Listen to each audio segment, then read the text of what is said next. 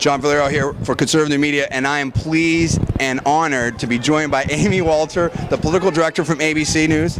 Thank you. Amy, you're here in Orlando, Presidency 5. You watched the debate. You talked to some of these candidates. Number one, who do you think won the debate? And number two, what do you think of the state of the race right now? I don't know who won the debate, but I know who lost the debate. Okay, yeah, right? Good. And that was Rick Perry had a very tough night. And look, I think there are a lot of people that I talked to here who thought anybody from Rick Santorum to Herman Cain to Newt Gingrich stood out, in part because they were able to make the debate about the things they wanted to talk about, while Romney and Perry had to, could do the back and forth with each other. You wrote this book. Why did you do this in your book? Why did you do that in your book? At one moment, I thought, really, that's what we're doing? We're debating over passages in each other's books. Who cares about the books? I don't want to have to read the books. Right. Well, there's that, and then there's just who got their message out to the voters, right, or to the people in that room. And I think that the two of them, they are focused on each other, and the moderator's obviously focused on keeping them focused on each other. But that makes it tough to get back on your message. So, what do you think the problem with Governor Perry's campaign is right now? Is it a style thing? Is it an access thing? Is it an energy? What's going on? Well, right now it's a debate thing, and that doesn't mean that it's a bigger than that thing, right? And when anybody asks, well, how late is too late to get into a presidential campaign, right? Can you wait to the last minute? Why do you need to go 2 years? Could you wait for a month out? This is the reason, because it is very steep learning curve. Okay, yeah, that's running true. for president. Right. Even if you are the most experienced politician, even if you are the smartest person on the planet, this is very different than anything you've ever done. So it's a very, very, very tough thing to be able to come off really cold, basically, and go to the presidential level and do a debate. That said, now what we have to see is, what does Rick Perry do outside of the debate stage, right? Can he still make this presidential campaign about the things that he knows he wants it to be about? Jobs, the economy, the record in Texas on jobs and the economy. What he doesn't want this to be about is Social Security. He never meant that to be the issue in the campaign. He's now answering a lot of questions on immigration. Yes. That wasn't something that, again, the Texas jobs governor was going to be talking about early on. So, and for Mitt Romney, he wants to be the same thing, the jobs and economy guy, the turnaround artist, or whatever he has called himself recently. But is he also going to be the Romney care guy, right? And that's obviously what Rick Perry wants him to do. So I think, we have to be careful as we're in this bubble, right? We're surrounded by a lot of people who do nothing but watch and cover this sort of stuff, to not get too caught up in one debate or three debates or whatever. But to recognize there is a long way to go. The debates are a big piece of this.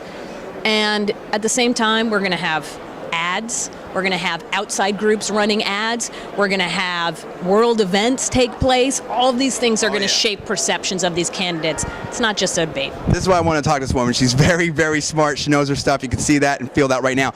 Now, let's spin it forward a little bit.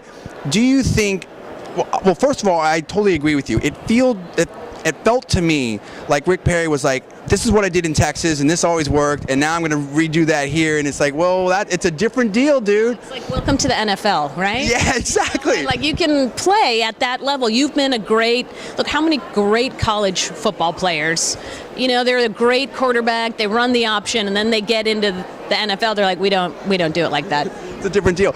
But now, do you feel like that creates an opportunity for someone like Governor Palin to get in, or Governor Chris Christie to get in? And do you think that they might get in? All right, so it's an excellent question, and yet we sort of answered it last night, didn't we? Because you say, all right, well, you're going to wait to the last minute to get in, then you're going to be the guy up on stage that everybody's gunning after, then you're going to be the guy who has to hit the ground running. And when I say hit the ground running, it's not just at 10 miles an hour, it's going to be at like 65 miles an hour, right? So that is even tougher. And I think, for a lot of Republican voters, even engaged Republican primary voters, they're not ready yet to say, this is my person. Exactly. Right? They want to look at them from all kinds of different angles. And the debates are going to be one opportunity for them to see how those candidates perform. But they got other opportunities. Now I'm going to ask you some tougher questions. Okay. President Obama, do you think that he can be beaten in 2012? And if so, how? Yes. It's, if we didn't think that these guys could be beaten, then we were right. We wouldn't have campaigns. Look, his numbers right now are not in a great place for an incumbent, and the economic situation obviously is exacerbating that. But we also know that there are two things that happen. A presidential campaign, especially with an incumbent, it's a referendum on the president. They're trying to make it a choice. But it is also a choice. And so in that, the referendum part is, do you want to re-elect this person, or are you willing to look at somebody else? So at this point, there are enough people saying, I'm willing to look at somebody else.